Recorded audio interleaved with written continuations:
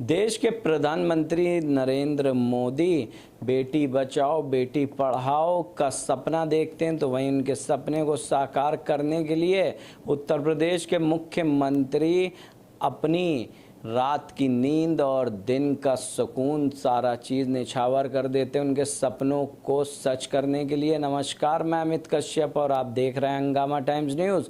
इस वक्त हमारे साथ में उत्तर प्रदेश के औरैया से आए हुए पीड़ित हैं, जहां पर उनके साथ में बेटी बचाओ बेटी पढ़ाओ को लेकर के, तो वहीं पर आपको हम बता दें महिलाओं के ऊपर बढ़ते अत्याचार कि जिस तरह से औरैया में बढ़ रहा है, उसकी एक जीती जागती कहानी हमारे सामने खड़ी हुई है।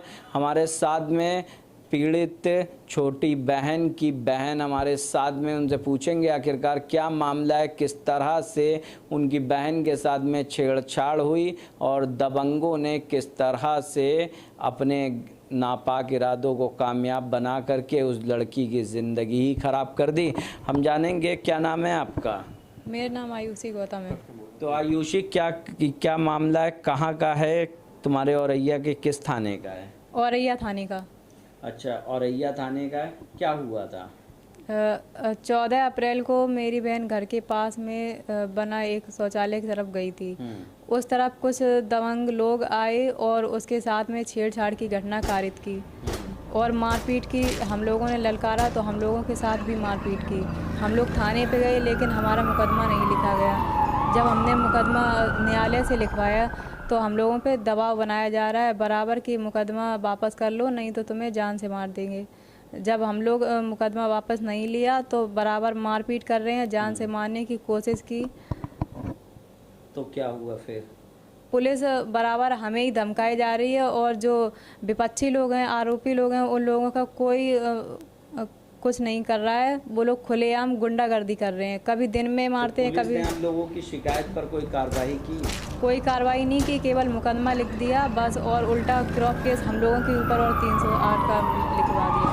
तो क्या यानी कि आप लोगों का किस तरीके से जो आरोपी हैं, जिन लोगों ने आप लोगों को परेशान कर रखा, क्या नाम है? आरोपी का नाम है विष्णु अवस्थी, अंशु अवस्थी, सोनी अवस्थी, दीप अवस्थी और एक आलोक वाजपेयी हैं, और उनके साथ में और लोग आए थे और कई लोग हैं जिनका हम नाम नहीं जानते। अच्छा, तो क्या यानी कि जो ये 5 लोग नामजद थे रिपोर्ट में, तो इन्होंने किन के ऊपर हमला किया, किस तरह से जो है मारपीट की इन लोगों ने?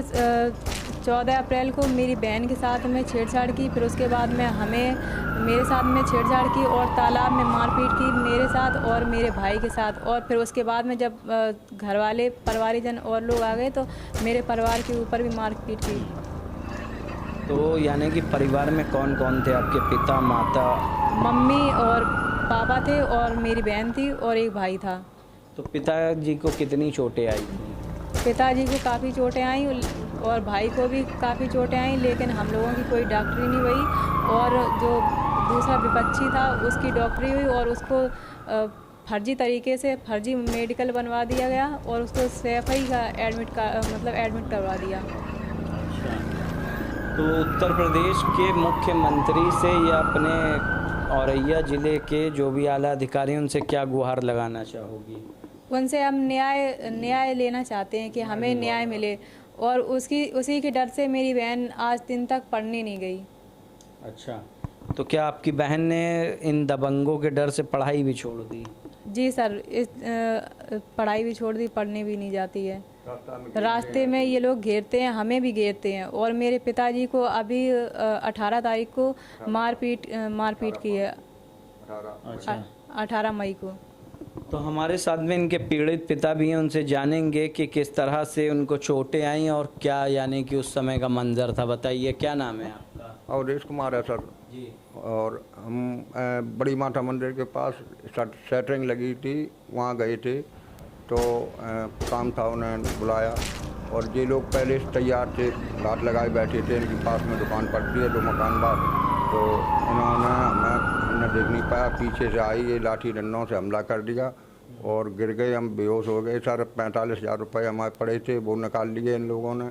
बहुत मारा, बहुत लोगों ने, जब मोहल्ले के इकट्ठे हो गए उन्होंने ललकारा कि मार डालोगे, छोड़ दो उसको, वो सीधा साधा आदमी, गरीब आदमी, तब ये भागे ललकारा। जब हमारे पूर्व सभासद श्रीपाल कठेरिया ने ललकारा और लोगों ने ललकारा, तब ये लोग भागे। और सर हमारी डॉक्टरी नहीं होने दी और थाने में रिपोर्ट ऐसी नॉर्मल रिपोर्ट लिख दी, हमें मरी हालत में छोड़े सर। फिर हम अस्पताल गए, वहाँ से रेफ़र नहीं किया, बहुत कहने के बाद रेफ़र नहीं किया और उल्टा सीधा ऐसे ही डॉक्टरी, नॉर्मल डॉक्टरी कर दी, कोई सही डॉक्टरी नहीं की, ना रेफ़र किया। आज भी चोटें हैं हमारी, ये पैर सूजा है, पीछे यहाँ पैर पसली टूटी हुई, बहुत दर्द होता है, ये कंधे में बहुत चोट है और ये पैर है, ये लगी है चोट। अब तो एक महीना हो गया साहब, अभी ठीक नहीं है, अभी तक ठीक। गुहार लगाना चाहेंगे उत्तर प्रदेश के मुख्यमंत्री जी से हम ये गुहार लगाना चाहे, न्याय की गुहार लगाना चाहते हैं कि हमारा वो सही हमें न्याय मिले और हमारे परिवार की सुरक्षा हो। तब वो बहुत दमंग लोग हैं, वो माफिया हैं और दड़ा सट्टा का काम करते हैं खुलेआम, और एक पुलिस उनकी सपोर्ट करती है, हमारी कोई बात नहीं सुनी जाती है क्योंकि वो सट्टेबाज हैं और पुलिस हर हफ्ता पैसे लेने आती है, इसीलिए कोई सुनता नहीं है। और पुलिस बहुत पक्षपात करती है सर, पुलिस उनकी बहुत पक्षपात करती है। एक क्षेत्रीय नेता बीजेपी के पूर्व जिलाध्यक्ष श्रीकांत पाठक जी उनके हाथ रखते हैं, उनको बढ़ावा दिए हैं, सपोर्ट दे रहे हैं, खुलेआम कुछ भी करके आओ और कुछ नहीं तुम्हारा होगा नहीं। बहुत बहुत धन्यवाद। ये थे हमारे साथ में पीड़ित जो औरैया थाने से आए हुए थे, औरैया ज़िले के, जहाँ उनसे हमने बात किया जिस तरह से इन्होंने गंभीर आरोप लगाए दबंगों पर भी और वहीं आपको हम बता दें बीजेपी नेता पर भी, जिसको मोदी और योगी जी के लगाने हैं सपनों को किनारे, तो वह लगा रहे हैं उनके सपनों की वाट और कह रहे हैं कि ना बेटी पढ़ेगी, ना बेटी लिखेगी और ना आगे बढ़ेगी। तो वहीं पर इन्होंने बताया किस तरह से दबंगों के हौसले बुलंद होने के बाद इनकी जो नाबालिग बहन थी, छोटी बहन, उसने पढ़ाई भी छोड़ दी और वह दबंगों के डर से अब घर में कैद हो गई है। और यूपी पुलिस के आगे जो हौसले बुलंद हैं दबंगों के, वह क्या कभी आगे पुलिस के नतमस्तक होंगे, ये सोचने वाली बात है। जिस तरह से दबंग भूमाफिया और दबंग शोहदे लगातार दे रहे हैं वारदातों को अंजाम पर अंजाम, तो वहीं पर हंगामा टाइम्स न्यूज़ ने इनसे जाना कि इनके मुकदमा दर्ज होने के बाद भी पुलिस आखिरकार क्यों कार्रवाई नहीं कर रही है, उनकी क्यों सुनवाई कर रही है, और इसके चलते आला अधिकारी भी आंखें मूंद कर अपने एसी दफ्तर में बैठे हुए हैं, किसी भी प्रकार से पीड़ितों की मदद नहीं कर रहे हैं। सोचने वाली बात यह भी है कि देश के प्रधानमंत्री नरेंद्र मोदी के जो बेटी पढ़ाओ और बेटी बढ़ाओ के सपने हैं वे ऐसे ही साकार होंगे जो उत्तर प्रदेश में उन्हीं के शासन प्रशासन के अधिकारी और दबंग धज्जियां उड़ाते रहेंगे। आप देखते रहिए हंगामा टाइम्स न्यूज़। अगर आपकी भी कोई ना सुने तो हमें चुने।